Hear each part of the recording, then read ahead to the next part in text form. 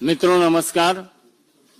अपने बीच भारतीय जनता पार्टी के माननीय राष्ट्रीय प्रवक्ता सांसद डॉक्टर सुधांशु त्रिवेदी जी आपको संबोधित करेंगे। मेरा विनम्र निवेदन है माननीय सुधांशु जी से कि आपको संबोधित करें। मित्रों, आज एक बहुत संवेदनशील और गंभीर मुद्दे की तरफ हम आपका ध्यान आकर्षित करना चाहते हैं। इंडी गठबंधन के आचरण की उच्छृंखलता और उद्दंडता तो हम सब देख ही रहे थे। अब उनसे जुड़े हुए लोगों की अपराध में संलिप्तता भी पूरा देश देख रहा है। और यहां सिर्फ अपराध की संलिप्तता नहीं है, बल्कि अपराध करने की उनकी हिम्मत और हिमाकत और उसके बाद उसे संरक्षण देने की इंडी गठबंधन के दलों की सियासत, ये भी बड़े दुखी और भारी मन से देश देख रहा है।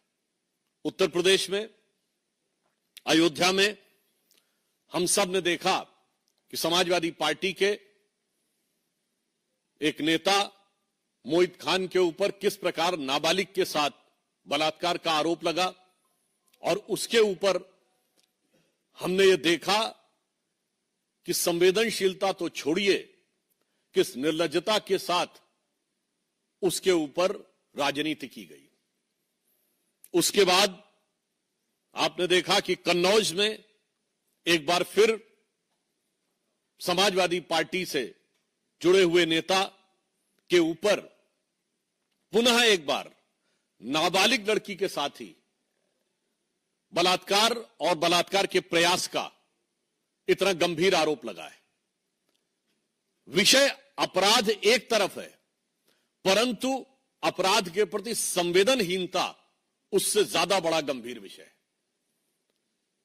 कन्नौज के इस प्रकरण के ऊपर पहले समाजवादी पार्टी का यह कहना कि उससे हमारा ऐसा संबंध है, वैसा संबंध है नहीं है।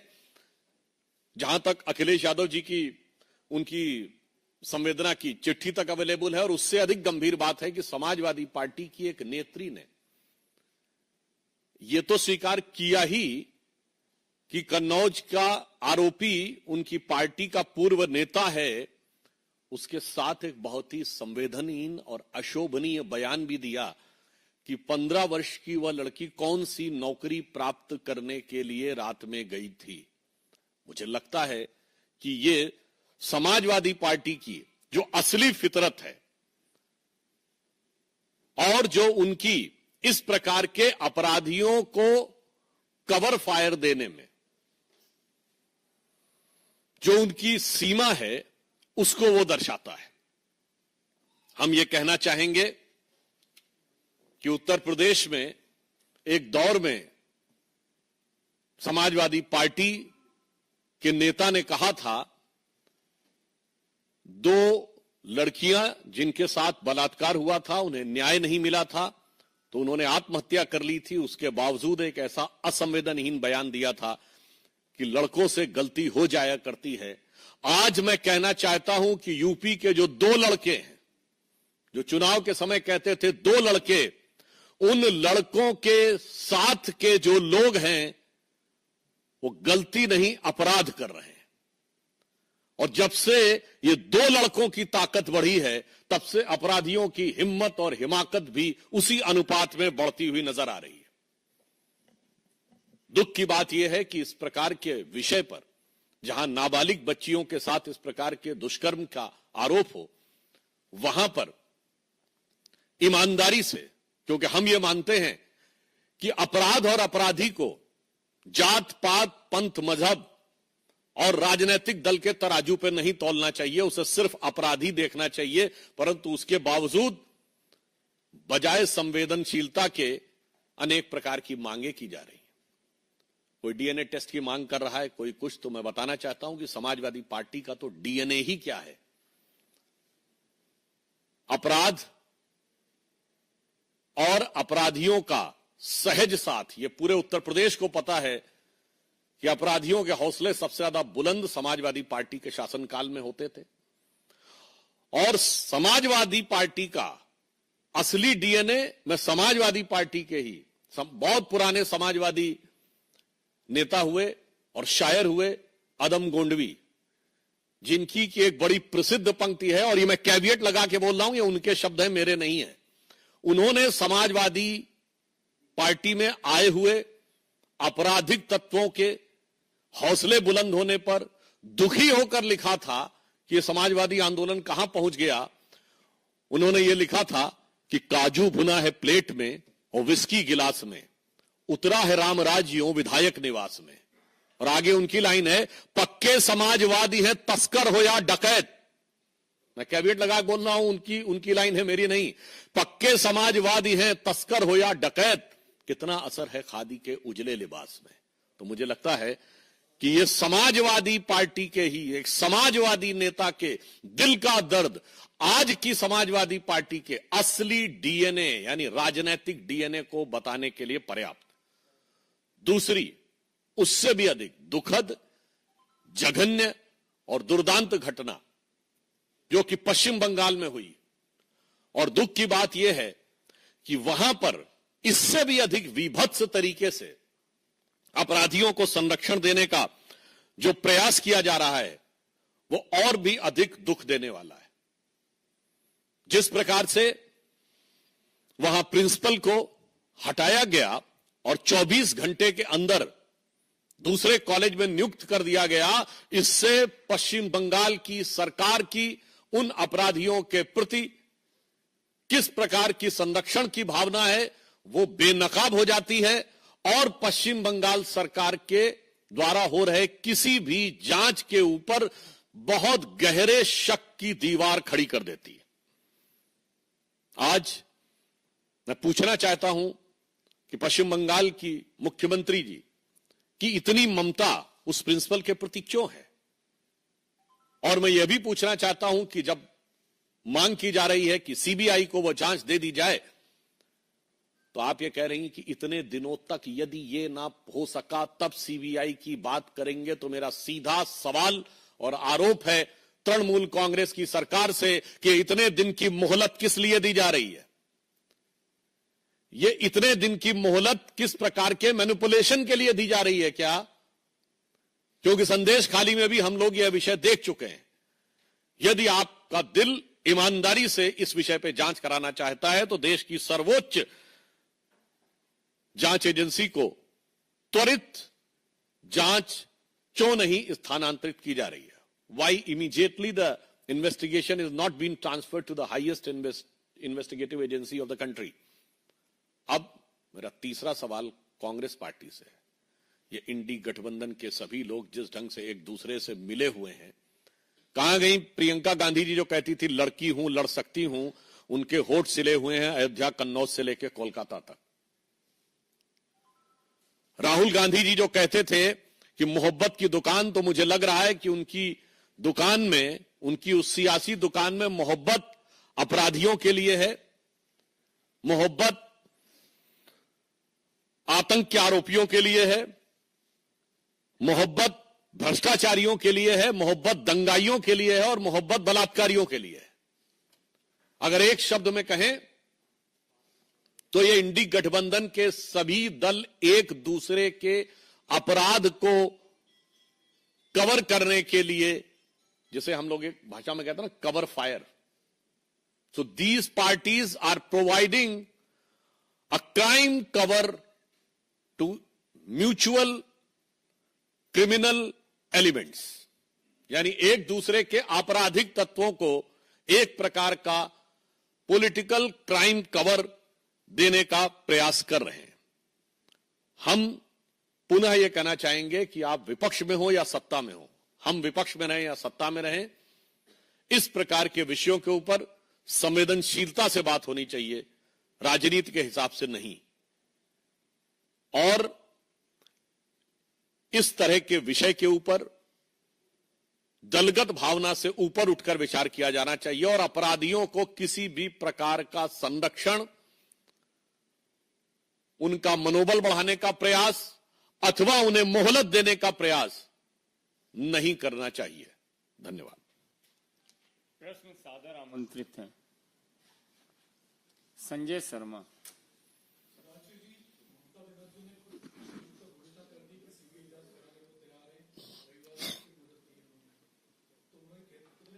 यही तो हमारा सवाल है, ये इतने दिन की मोहलत किस लिए दी जा रही है? जिस ढंग का आचरण रहा है कि आपने प्रिंसिपल को वहां से हटाया और इमीडिएटली दूसरी जगह बनाया, तो उससे तो शक होता है कि ये मोहलत किसी मैनिपुलेशन को ध्यान में रखकर तो नहीं दी जा रही है। और कोई प्रश्न? ठाकुर रविंद्र सिंह, रुक जाइए भाई साहब। ठाकुर रविंद्र सिंह जी न्यूज, ये विषय के ऊपर पहले पूछ लें। रविकांत राय, टाइम्स नव भारत।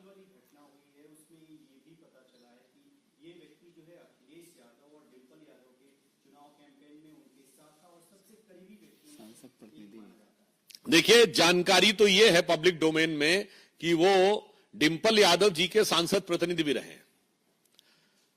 उनके परिवार में संभवतः किसी शोक के अवसर के ऊपर अखिलेश यादव जी का बाकायदा संवेदना का लिखित पत्र भी है। तो मानी हुई बात है, उनकी पार्टी से संबंधित रहे होंगे तभी कोई पत्र लिखे, या फिर समाज का कोई बहुत प्रतिष्ठित व्यक्ति हो।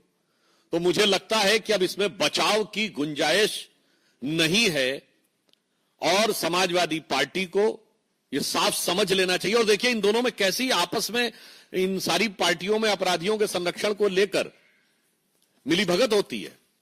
आप याद करिए कि मरहूम मुख्तार अंसारी समाजवादी पार्टी से जुड़े हुए थे, और जब पंजाब में कांग्रेस की सरकार थी तो कहते थे मैं पंजाब की जेल में रहना चाहता हूं, यूपी की जेल में नहीं। यानी पंजाब सरकार के दामने रहमत में वो अपने को महफूज महसूस करते थे। तो इससे समझ में आता है कि अपराधियों को लेकर इन दोनों दलों के बीच में, कांग्रेस और सपा, इन दोनों लड़कों के बीच में कैसी दुरभिसंधि है। ठाकुर साहब,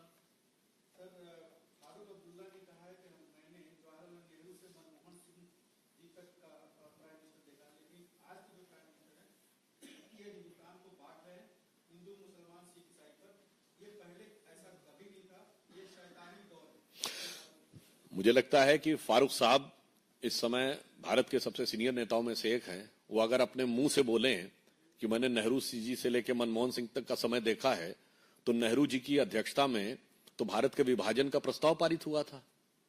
तो इससे ज्यादा हास्यास्पद, आधारहीन और तर्कहीन बयान ही नहीं हो सकता कि नेहरू जो अंतरिम सरकार का नेतृत्व 2 सितंबर 1946 को कैबिनेट मिशन प्लान के तहत उन्होंने स्वीकार किया था।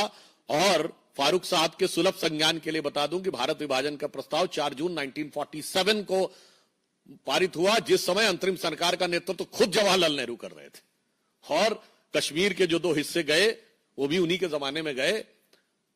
फैक्ट यह है कि आज का दौर इस देश के प्रति दुर्भावना रखने वाले जो शैतानी ताकतें हैं, उनके लिए खौफ का दौर है। यतीन्द्र शर्मा,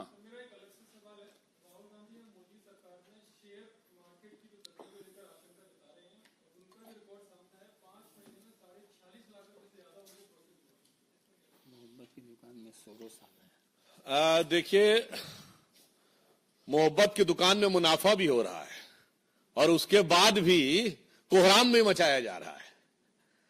तो मैं ये कहना चाहता हूं यहां पर एक गंभीर बात, देखिए कांग्रेस ने कितने सिस्टमेटिक तरीके से भारत में अराजकता फैलाने का प्रयास किया। सबसे पहले उन्होंने आरोप किस पे लगाया था? एलआईसी पे। भारत के आम आदमी का सबसे ज्यादा पैसा इंश्योरेंस में किस में लगा है? एलआईसी। तो उन्होंने कहा एलआईसी बर्बाद हो गई। फैक्ट क्या है? एलआईसी ने पिछले तिमाही में 17,000 करोड़ का प्रॉफिट दर्ज किया, जो एलआईसी का ऑल टाइम है। दूसरा उन्होंने किस पे आरोप लगाया? State bank of India. Bharat के लोगों के सबसे ज्यादा खाते अगर किसी एक बैंक में है, भारत का सबसे बड़ा बैंक स्टेट बैंक, उन्होंने कहा स्टेट बैंक बर्बाद हो गया है। पिछली और उससे पिछली वाली तिमाही में 21,000 करोड़ रुपए का प्रॉफिट दर्ज किया है, जो एसबीआई का ऑल टाइम हाई नहीं है। भारत के सारे प्राइवेट और पब्लिक सेक्टर्स को मिला के ऑल टाइम हाई है, मतलब रिलायंस से ज्यादा प्रॉफिट एसबीआई ने दर्ज किया है। उसके बाद उन्होंने क्या कहा? एचएएल। एचएएल क्या है? भारत का सबसे बड़ा डिफेंस का पीएसयू है। और मोदी जी की सरकार में आने के बाद भारत की रक्षा क्षेत्र में आत्मनिर्भरता में सबसे आगे एचएएल है। उन्होंने कहा एचएएल बर्बाद हो गया है। ये सिर्फ 1.5 साल पहले की बातें हैं।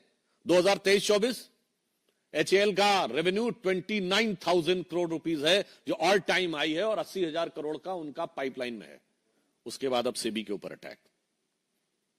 तो हमें साफ समझ में आता है कि भारत के हर उस आर्थिक संस्थान के ऊपर आक्रमण है जिसके की द्वारा भारत की आर्थिक शक्ति और आर्थिक संपन्नता उभर कर सामने आती है। और उसके बाद आप याद करिए, चुनाव में क्या वादा किया था कि हर परिवार की एक महिला को 1 लाख रुपए देंगे। कितने परिवार हैं?